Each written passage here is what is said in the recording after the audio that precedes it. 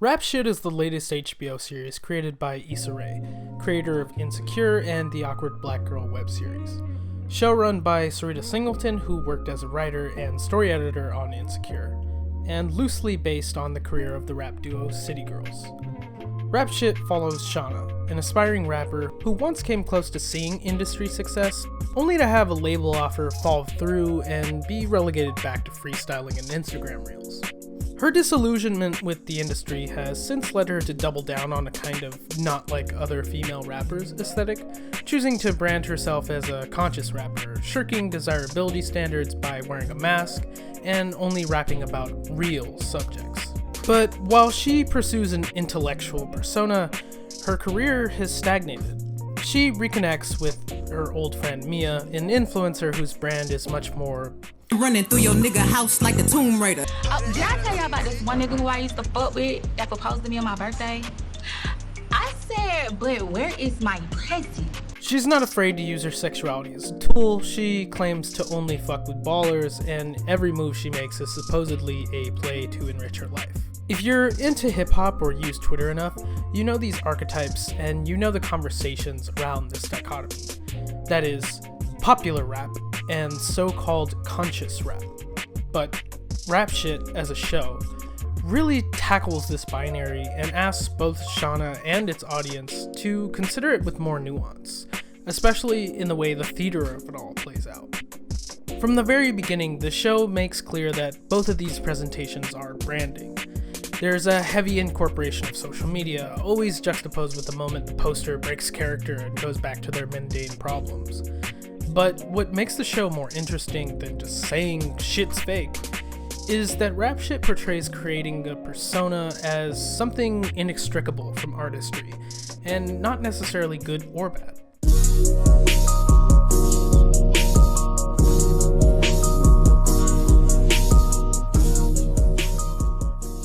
Before going further, I would be remiss not to expand on how the show is based on the career of City Girls. Both members, Carisha Young Miami Brownlee and Jatavia JT Johnson, are even credited as executive producers, as are the co-founders of Quality Control Records. It's not a biopic by any means, but it's worth mentioning how JT and Miami's actual story informs the fiction. The real-life pair met in middle school and remained close friends into adulthood. JT had been into rapping since her teenage years, whereas Miami only initially got involved at her friend's request. No disrespect, fans will remember how choppy her flows could be in their early work. However, she had already had somewhat of a following on MySpace, and was known for being Trina's goddaughter. And just like in the show, they had a song go viral very early on. We put out a song called Fuck That Nigga, and we was just playing around with it. We put it on SoundCloud. We was like doing strip clubs in Miami, like once we dropped the song. And then this guy named Stan, which is our manager now, he know Coach. He calls friends with Coach, and he introduced us to Coach. They signed to Quality Control ahead of their first project, Period, in 2018. They got a feature on a Drake song shortly after and released their follow-up, Girl Code, in the same year. Unfortunately, JT would be sentenced to 2 years in prison before the project came out. But in that time, Young Miami successfully stepped up her rapping ability and kept up appearances on their behalf. Following JT's release in 2019, they solidified their presence with City on Lock. It's an endearing story that highlights their charisma and dedication, and it serves both as a stamp of authenticity and a grounding force for the show. From a surface level glance, Shauna's a hotep boom bap old head.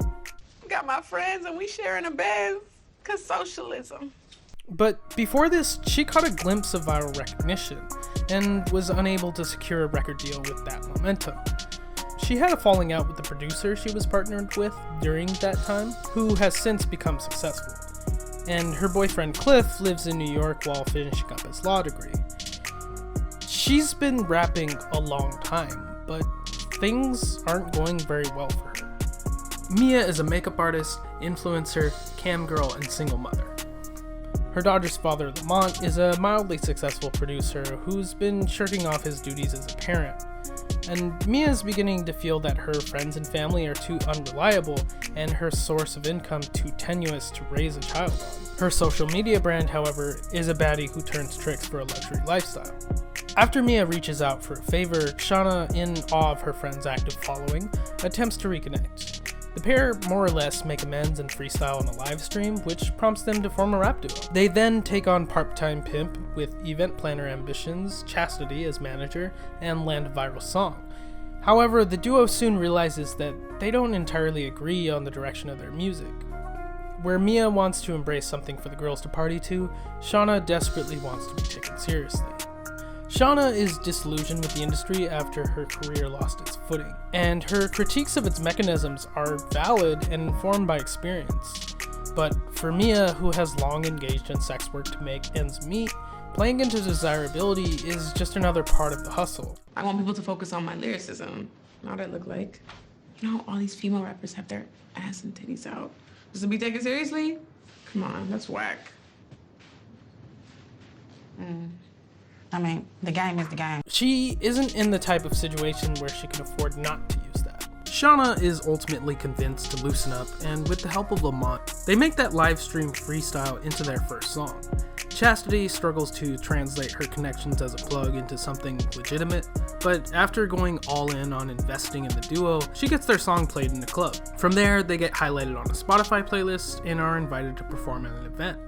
However, Cliff is not into the more accessible sound Shauna's trying out. And while visiting him in New York, she asks him to accompany and gather footage for them at the Spotify event, which he does not like at all, eventually building to a big argument. There isn't really a case for Cliff like there is for the flawed but more sympathetic Lawrence in Insecure. Cliff acts like a straight up buster. He brings up Mia's camgirling like it's bad, he's unsupportive, and he's maybe a cheater. They inevitably break up. All this stress and uncertainty weighs on Shauna, and she gets a chip on her shoulder, which leads her to botch their big debut performance by doing a cringy impromptu freestyle. It puts her on the outs with Mia, and Mia takes some time to figure out whether it's worth sticking with her. After swallowing her pride, she then reaches out to her estranged friend Francois and lands herself and Mia a supporting role on tour with a white rapper whose entire aesthetic is painfully fabricated. Chastity, broke and still waiting for her investments to bear fruit, doubles down on pimping, but convinces the pair to stick it out. Mia puts the brakes on rekindling a romance with Lamont after realizing she has access to men who might be able to provide more financial stability, and Shauna comes under investigation for credit card fraud. And the season closes on this really uncertain note. Everything gets a soft resolution, with a lot of possibilities still left in the air. In a good way, though. I liked the show and await the next season.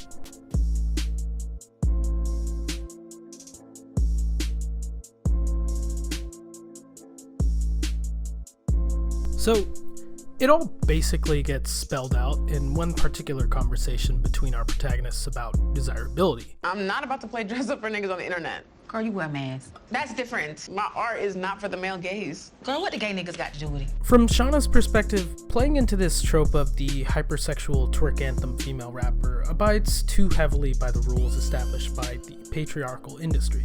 A climate that wants all women to serve eye candy but remain intellectually non-threatening to male audiences. She neither wants to submit to the mainstream nor blunt her art by draping it in a caricature. I want a different type of female rapper. No, you fucking don't. No, you don't. Because you don't support me. You don't support any of us. This has been her dream for ages, and she wants to be respected for the skills she developed as a writer, not just judged by her appearance, and certainly not pigeonholed into pop rap. And Shauna isn't wrong that this persona is historically constructed to serve male audiences. Commercially successful female rappers were scarce not even 5 years ago. And the general approach to a female rap persona is based off the ride or die accomplice vibe defined by Lil' Kim, a woman who, while talented and influential, was abused by and developed as an extension of Biggie. Girl, we in the middle of a bad bitch renaissance. No, we're not, because everybody looks the same. There's nothing unique about it. And this shit is not new either. Biggie did this shit to Lil' Kim. He made her this side chick, then he tossed her. Big Fenny did this shit to Nicki. It goes on and on. Even with the rise of Nicki Minaj, it would still be some time before multiple women would be routinely represented in the highest rungs of the charts. The persona that bursted through the ceiling and has since been able to claim that spot in the charts is now beholden to those women's brand of sexual liberation. Megan Thee Stallion, City Girls, Sweetie, Lotto, Cash Doll, Cardi B, all these artists lead with their sexuality and put way more effort into their looks and presentation than a male artist would be expected to. And as this becomes industry standard, it seems like it raises the ridiculous standard women are supposed to follow. However, I don't think that should be combated by deriding the artists that utilize their sexuality. There should be more room for different kinds of rappers. I don't like record companies potentially exploiting young women and girls.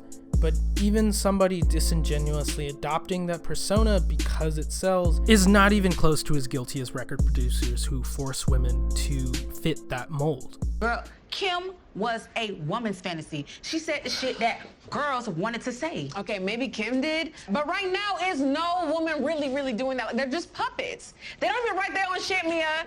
It'd be another nigga in the back giving them bars. So you telling me that it's no possible way that women could be having a good time and winning? How I see it, you letting these niggas control you. Yeah, and you so concerned about making art for them, they got you in a hoodie and a fucking mask. It is also fun to wear a thoughty outfit sometimes.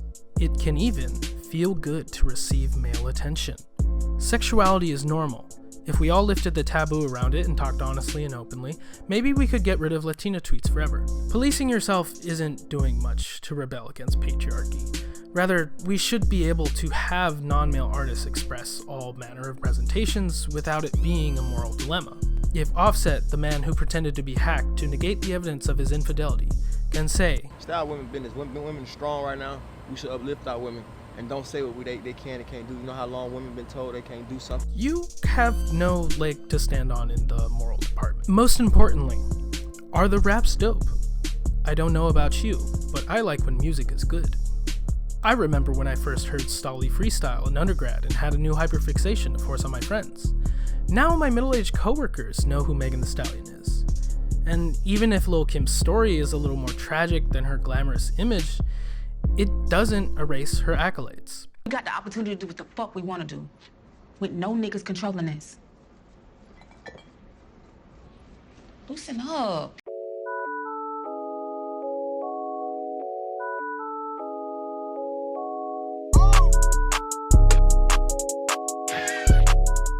If it isn't apparent that scrutiny is unjustly placed upon female rappers for discussing the same subject matter that men do, you are a lame skid-marked underwear dweeb and I am prescribing you a walk outside.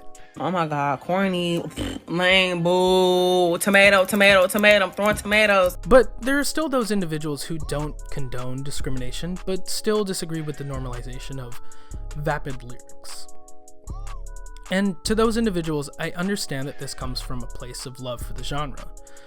For the legends who were known for their lyrical prowess and dared to speak on social issues, and looking at what rap was and what it's become, I get how it can be a trip to see it go pop, especially considering that there used to be such a spectrum of female rappers. Ones who were lyrical, ones who were for parties, ones who were a little more unorthodox. But nothing stays radical forever.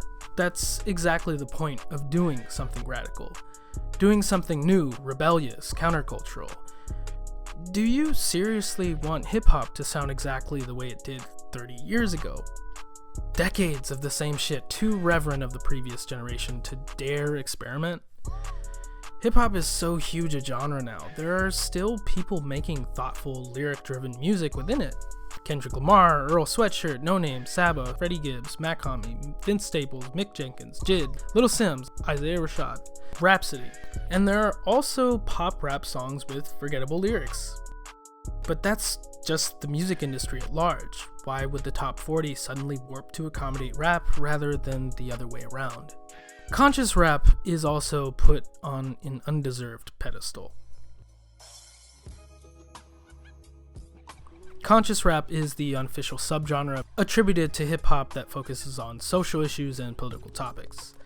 This might refer to such acts as Common, Talib Kweli, KRS-One, Nas, J. Cole,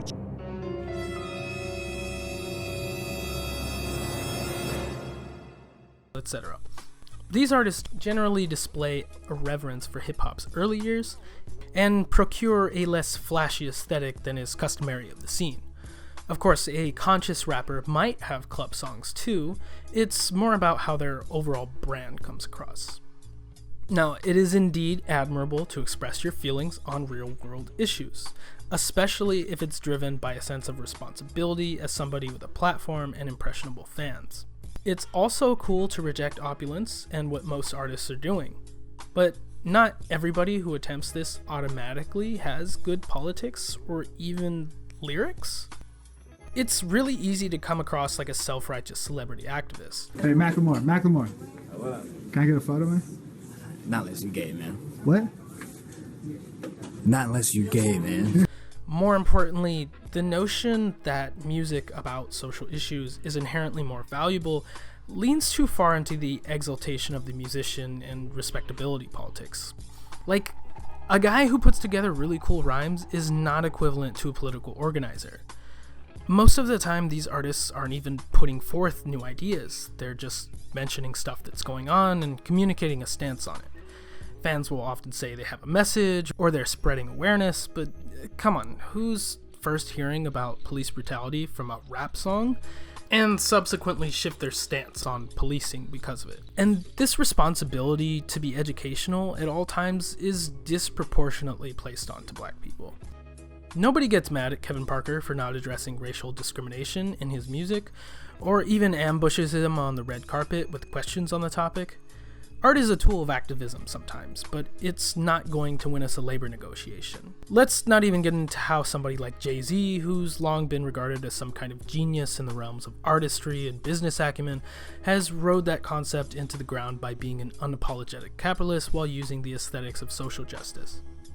The kind of that arises from the false dichotomy between music branded this way and music branded any other way often posits that anything not about heavy topics is dumb and has a negative impact. It's a childish view of listening habits that carries on because historically it has been subversive to be so vocal about social issues in black music. But in addition to placing way too much significance and rules on a whole genre, it can easily overlap with a disdain for black expression if it doesn't fit to a particular standard. Like, if these kids just picked up their pants and listened to that new Joyner Lucas, we could make real progress. Also, does anybody else remember those 2010s Eminem fan memes where he'd put undignified rappers in their place? That definitely felt some type of way.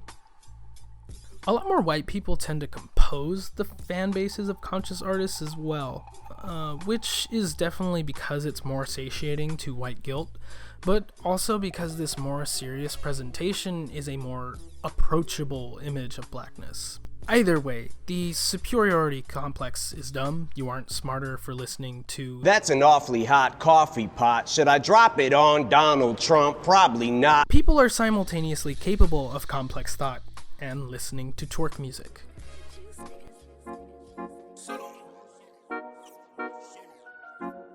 What really works about the way rap shit conveys this conversation is that it leads by empathy rather than by having the protagonists be mouthpieces for the right opinion. Neither Shauna nor Mia are flawless. They are real people whose personal histories and material conditions form their view on the world. Even when they do something you wouldn't agree with, you understand their motivations. This style of writing is referred to by some in the creative fields as good and dynamic. I had my misgivings with the later seasons of Insecure, but Issa Rae hasn't stopped creating some of the best shows on television. They're ripe for discourse without being preachy or overplaying their drama. If more people watch them, maybe I wouldn't have to talk to my computer and the one or two friends somehow willing to give me feedback on a draft about them. So, do that. If we're friends and you're watching this, be well.